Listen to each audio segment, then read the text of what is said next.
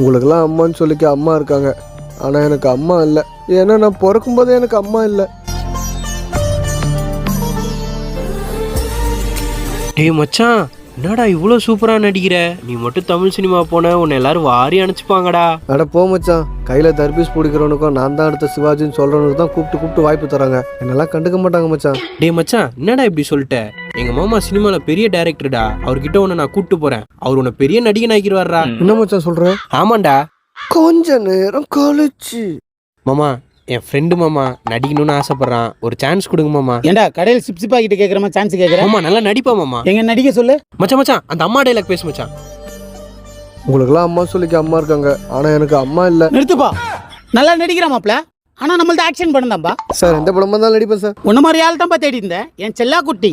சரி மாப்ள, நான் வரேன். நாளைக்கு ஷூட்டிங் வர சொல்லி மாமா. சரிப்பா, நாளைக்கு வந்துருப்பா. அடுத்த நாள் தப்பா ரெடியா? Rolling action. தம்பி ஃபேண்டை கழட்டு. சார் கழட்டு போ.